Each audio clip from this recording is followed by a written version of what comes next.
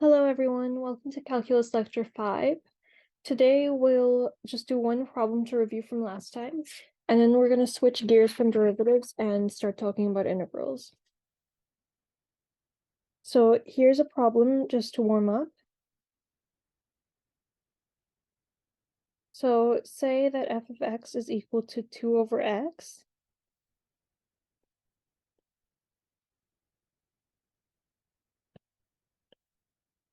Find the equation for the line tangent to the graph of this at x equals 2.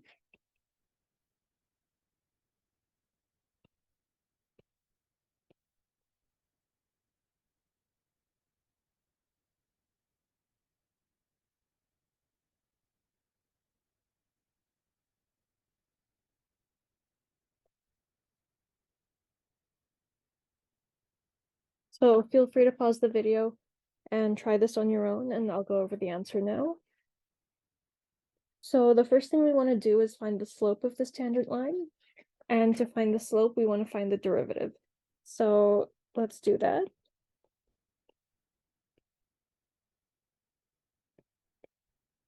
So the derivative f prime of x.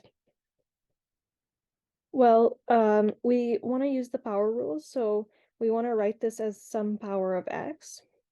So we can rewrite this, f of x, as 2 times x to the minus 1. And now the power rule applies. We bring the minus 1 down.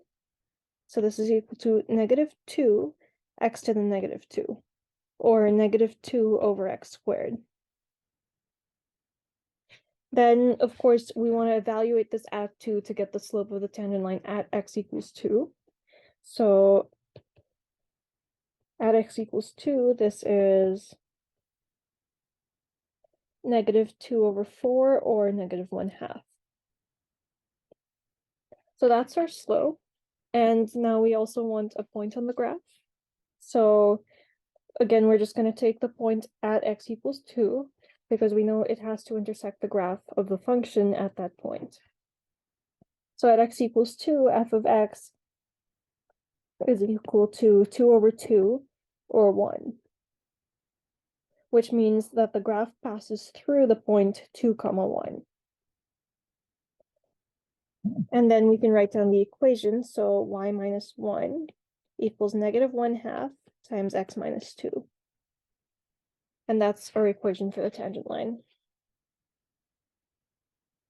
So we'll come back to derivatives in a few lectures when we talk about the chain rule and other ways to differentiate. But now we're going to start talking about the indefinite integral, or antiderivative.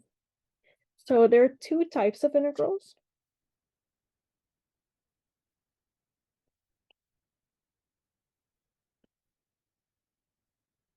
So the first is the indefinite integral. This is notated with just this integral symbol and some function f of x dx. We use this to denote like the end of an integral. We just usually treat this as notation. It does have a meaning, but we won't really worry about it. And this is what's called the antiderivative.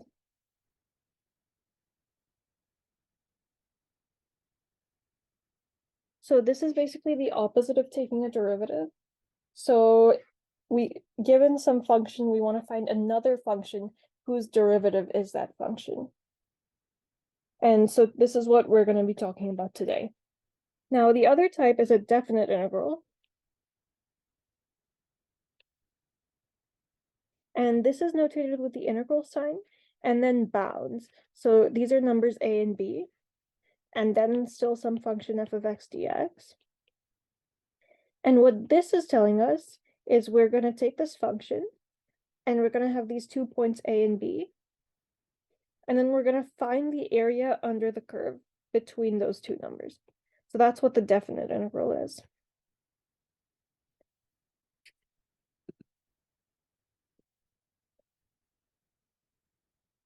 So let's talk about ways to compute the indefinite integral. So this is actually a little bit harder than finding the derivative, because when we find the derivative, there are some specific rules we can follow. But for an integral, you're trying to work backwards. Find some other function whose derivative will give you this.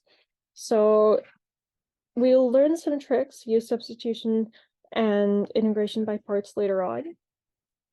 Right now, we're just going to try and work backwards from what we know about derivatives. So for example, the power rule, right? We know that d dx of x to the n is nx to the n minus 1.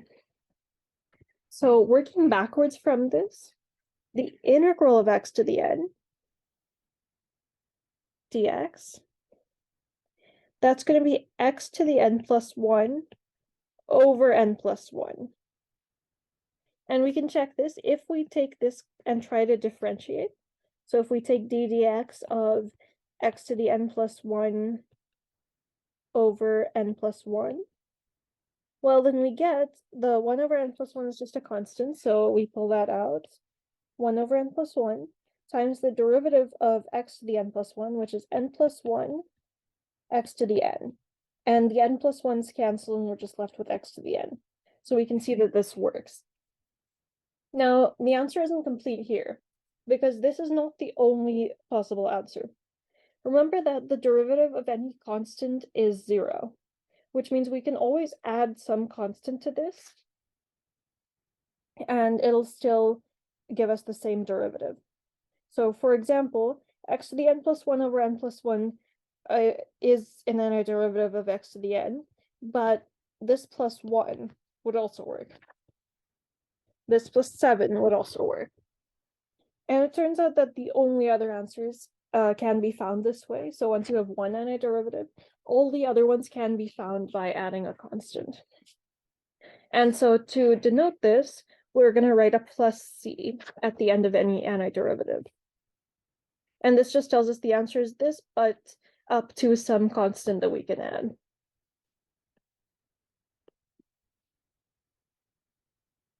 So let's do some practice. Let's find the antiderivative of the following.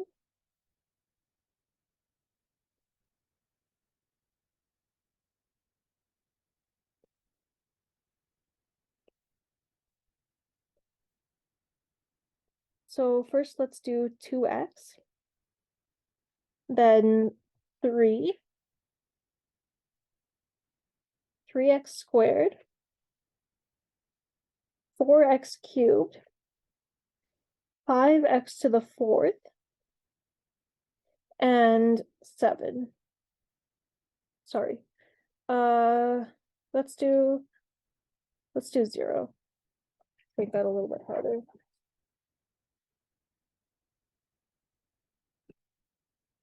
So I'll pause for a moment, try and figure these out using this rule above.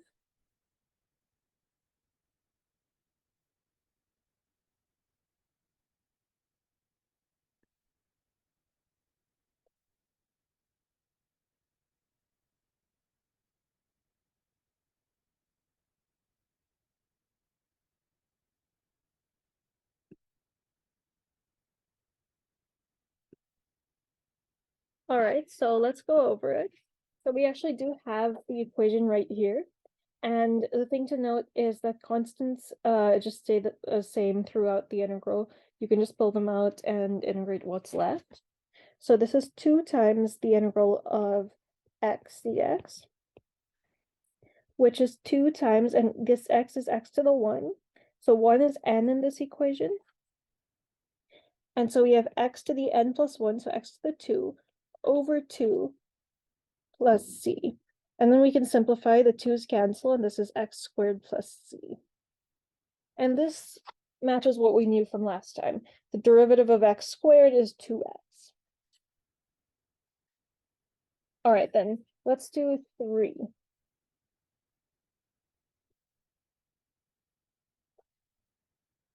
So when we integrate 3, well, we can think of this as 3x to the 0.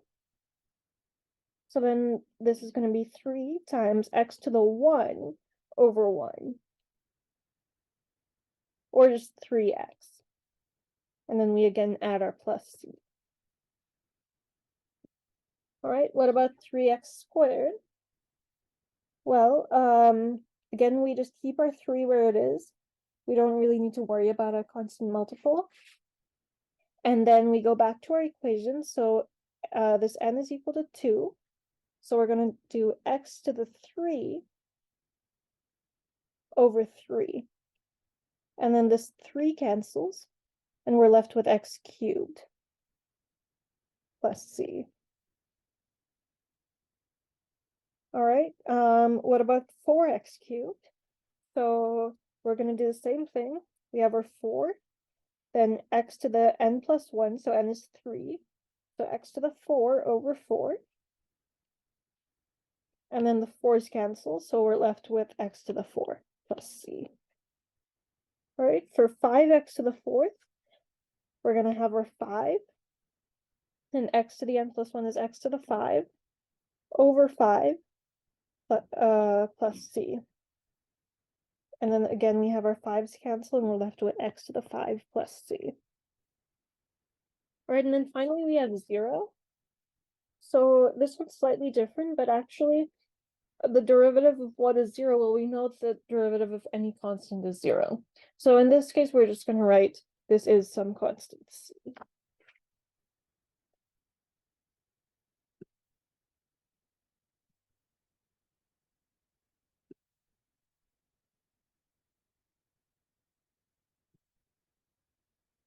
All right, so let's talk about some uses for the integral.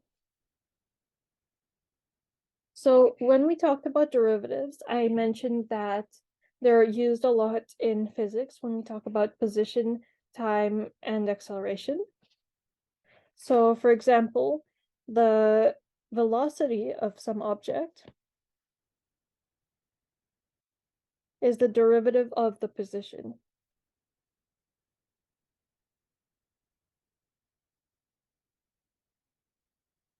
So it's how fast the position's changing, basically the speed, but with direction.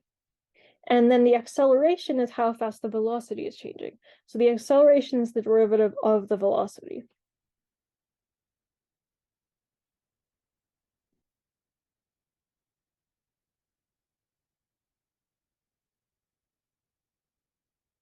So then the question is, if we know the velocity or we know the acceleration, then how do we go backwards? Well, we're going to use this antiderivative. So if we know the velocity, we take the antiderivative and we can get the position up to a constant. And if we know the acceleration, then we can again work backwards and get the velocity by integrating, and then we can integrate again and get the position. And these are up to constants, but they do tell us the relative position, for example. So in general, if we have some constant acceleration, so this is our graph of acceleration, then because this is constant, we're basically in this case, so we're integrating some constant, which means we're going to get some linear answer. And then the graph of velocity is going to be some line.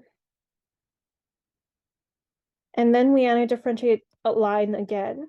So now we're in the case where we're antidifferentiating some linear function, for example, x or 2x, and we're going to get a quadratic. And then the graph of position will be a quadratic.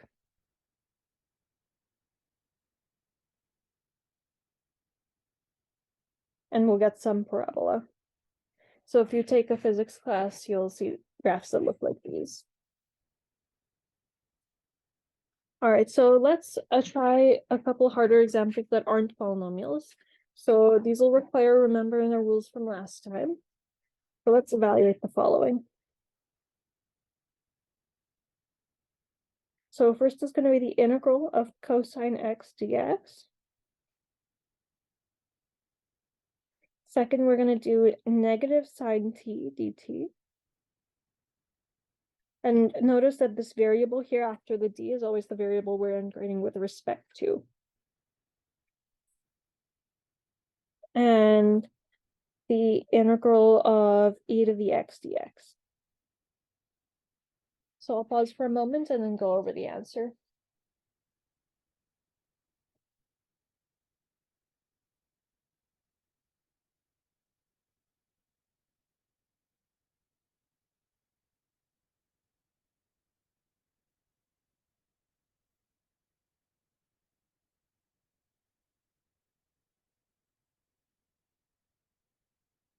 Okay, so last time we said that the derivative of sine x is cosine x, which means that the integral of cosine x is going to be sine x plus c. And we also said last time that the derivative of cosine x is negative sine x, which means that the integral of negative sine t is cosine t dt plus c. And finally, we also knew that the derivative of e to the x is e to the x.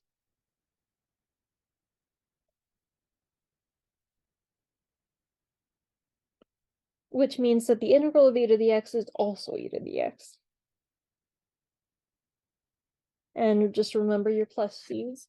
If you have this on the test, you might lose points for forgetting to include that.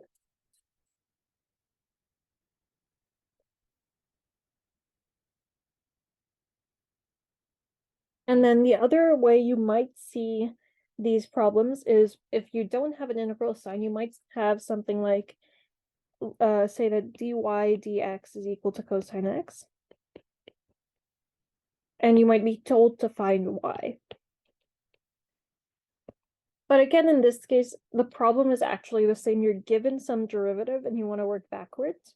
So you know the derivative of something is cosine, so y should be equal to sine x plus c.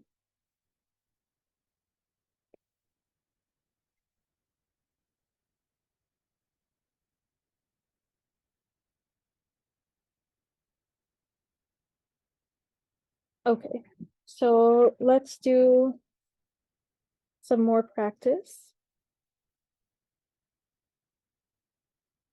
So find the antiderivative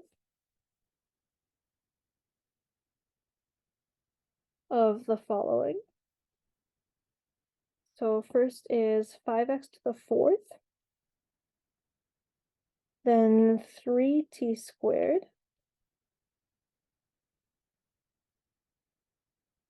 then e to the t dt,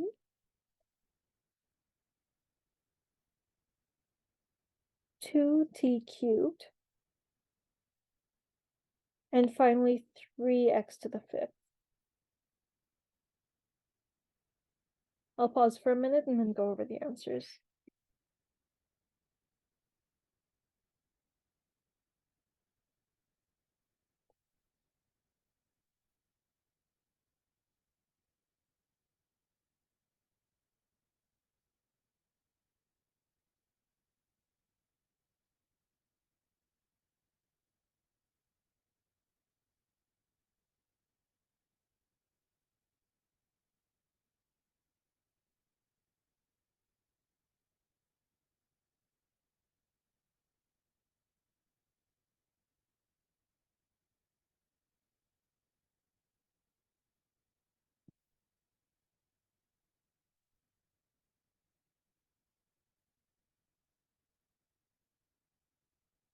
Okay, so let's do this.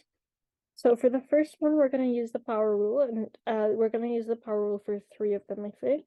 No, 4 of them.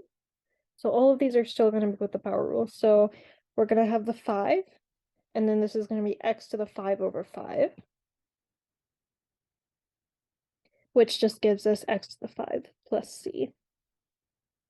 For 3t squared, it's the same thing. So we still have our 3, and then t cubed over 3, which is t cubed plus c.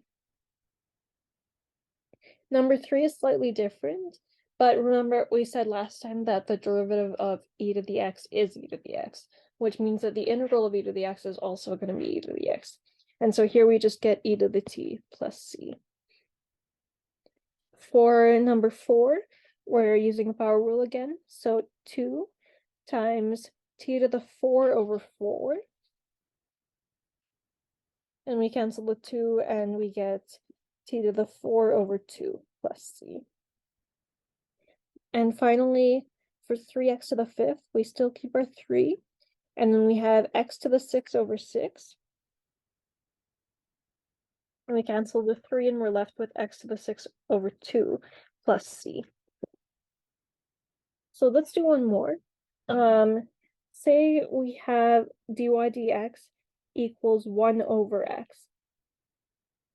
Find y. And try to remember some of the special derivatives we learned last time for this.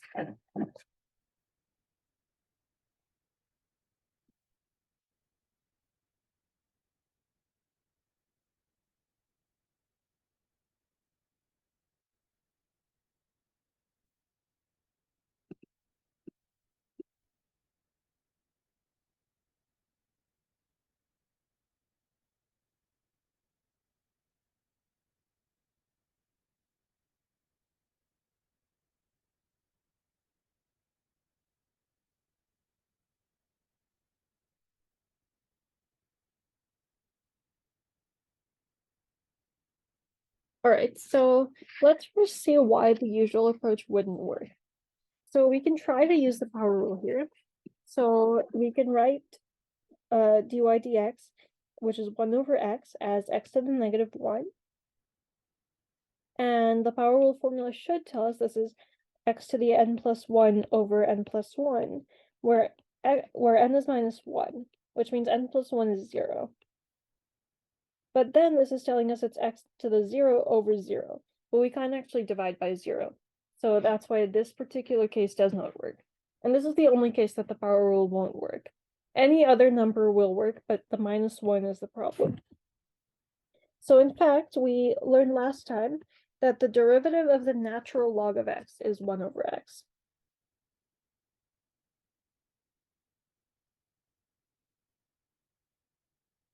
And so this is going to tell us that y is equal to the natural log of x up to a constant.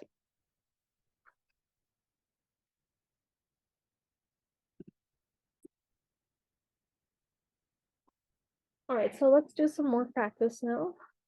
Let's try this problem. All right, find the antiderivative of x to the 4th plus 3x to the 7th plus cosine x plus sine x.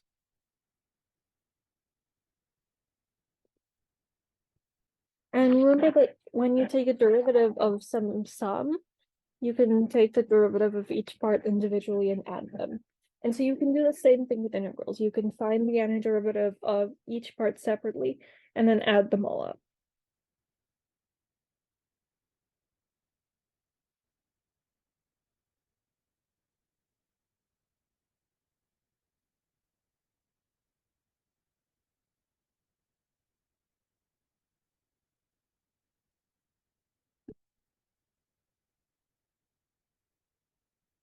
All right, so for the first term, x to the 4, we use the power rule. So this is going to be x to the 5 over 5. All right, then we're going to have 3x to the 8 over 8.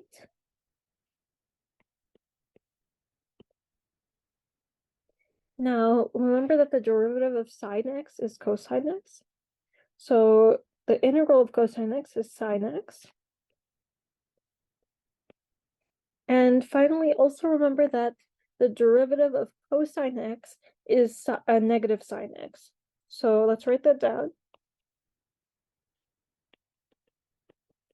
So that's not quite what we want, or sorry, negative sine x. Let me just write that. So this is negative sine x. So it's not quite what we want, but it only differs by a negative sign. So in fact, the derivative of negative cosine x is sine x. And so we want to add a negative cosine x over here. And then we just have our plus c as usual.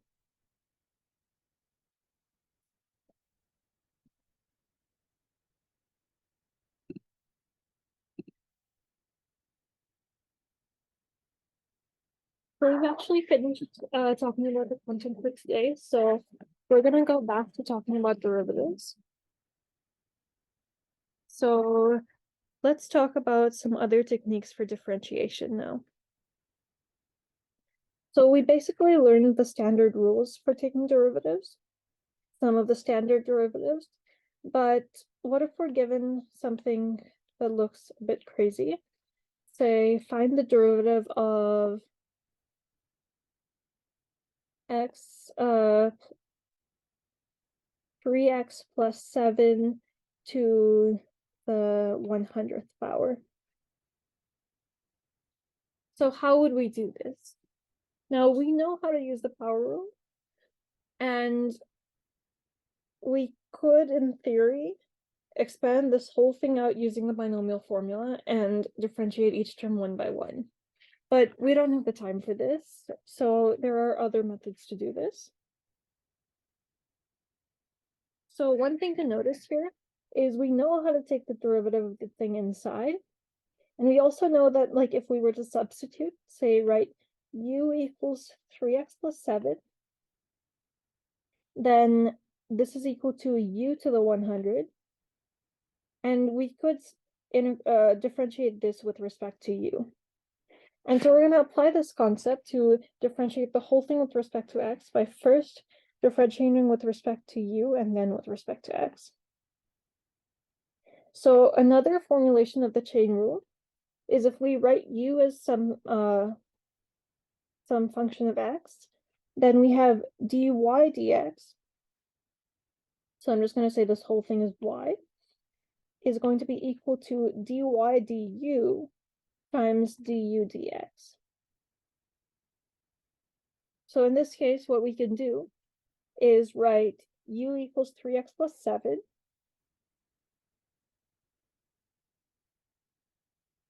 All right, and in this case, y equals u to the 100.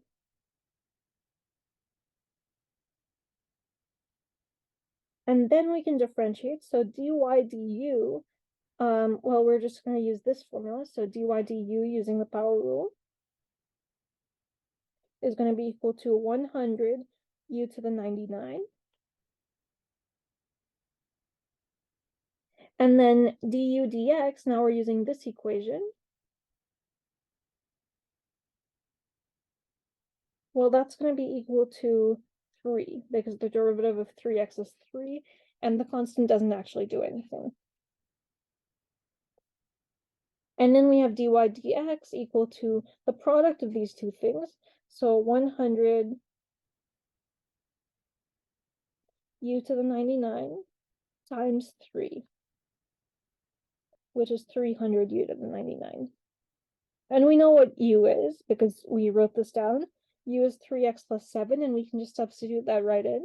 So this is equal to 300 x plus 7 to, times 3x plus 7 to the 99. And that's going to be our final answer. And this is actually pretty similar to the chain rule that we talked about last time. And this is, in fact, just another formulation of the exact same idea.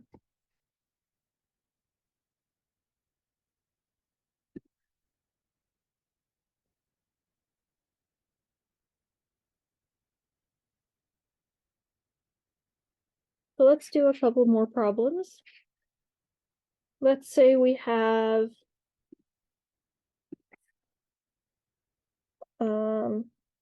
cosine of the natural log of x.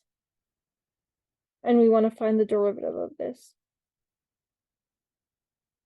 So try and pause the video and do this by u substitution, and then we'll talk about it.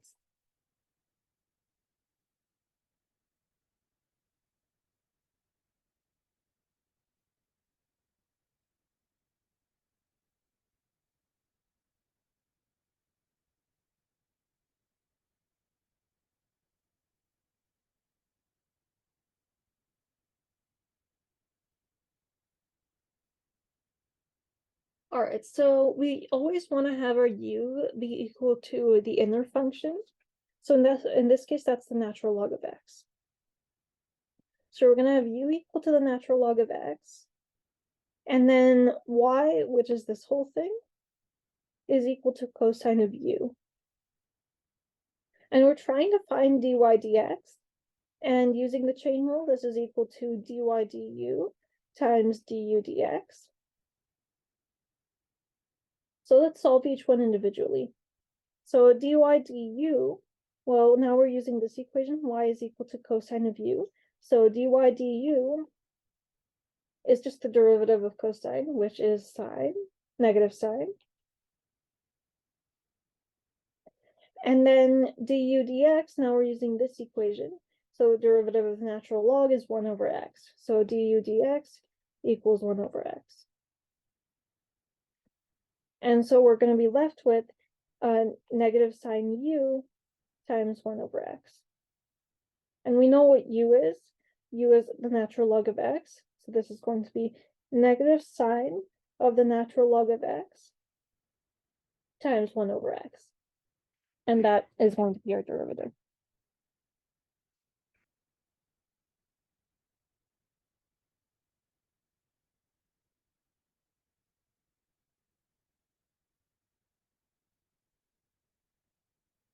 Let's do one more. How about the derivative of e to the 3x squared?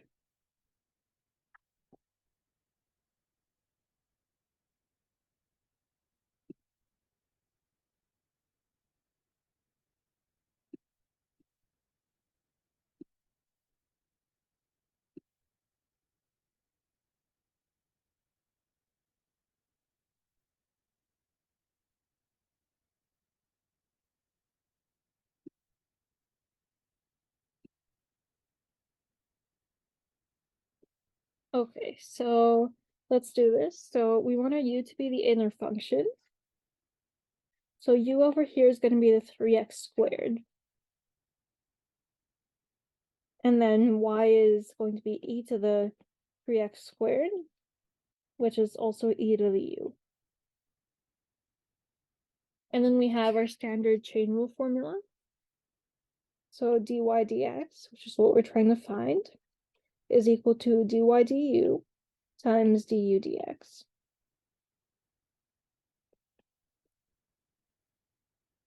And then we solve these. So dy du is just equal to e to the u, because differentiating e to the x or e to the u doesn't do anything. And then du dx, now we're using this. So we're just using the power rule, du dx is going to be 6x. And so the product is e to the e to the u times 6x. So 6x e to the u. And that's going to be our derivative of this. So this is a very useful technique you'll use a lot. And I usually do not write out the whole use substitution, because using the original formula of the chain rule, you can just write this down directly. So you can say, well, we're taking the derivative of the outer function and then multiplying by the derivative of the inner function, which is the formulation we had last time. So the outer function is e to the x, or e to the 3x squared. So the derivative is the same e to the 3x squared times the derivative of the inner thing, so times 6x. And that's exactly what we had here, because the u was equal to 3x squared.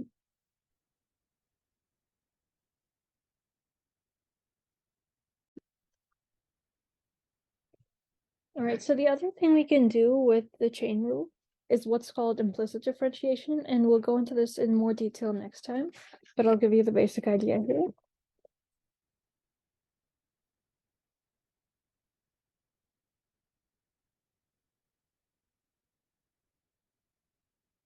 So usually when we're taking a derivative, we have y as some function of x. So we could have y equal 4x to the 6th. And then we take dy dx equal to, say, using the power rule, 24x to the 5th. So that's fine, but sometimes we're not given y explicitly as a function of x. And this is where the implicit differentiation comes up. So let's say we have 4y equals 3x to the 5. So one way to do this, the usual way we would imagine, is just solve for y. So this means that y equals 3x to the 5th over 4. And then we can use the power rule as usual and get 3/4 times 5x to the 4th. But the other thing we're allowed to do is differentiate implicitly. So we just look at this equation as is and take the derivative. So this is using the chain rule when we differentiate this side. So we're trying to find the derivative of everything with respect to x. Which means over here, we can take the derivative of 4y with respect to y, but then we have to use the chain rule and multiply by dy dx, which is the derivative of y with respect to x. So the derivative of 4y is just 4 with respect to y, but then we end up with dy dx, because we have to multiply by the derivative of the inner function. Y over here is taking the role of the inner function. So 4 dy dx equals, now we're going to just differentiate this side with respect to x like usual. So that's going to be 15x to the 4th. And then we can divide by 4 and we get dy dx equals 15x to the 4 over 4. And this is actually exactly equal to the answer we had before. So this is just another way we can find a derivative. And in this case, it's not very remarkable because the only difference is a constant that we moved over later. But there are more interesting applications. So for example, we could have y squared equals x. And then we could take the derivative. So on this side, we just have, well, the derivative of y squared with respect to y is 2y. But times the derivative of y with respect to x, so 2y dy dx equals x. Or sorry, equals 1, because we're differentiating this with respect to x. And then dy dx is equal to 1 over 2y. And you could use this equation and solve for x, so it might be up to a plus or minus sign since there's a y squared.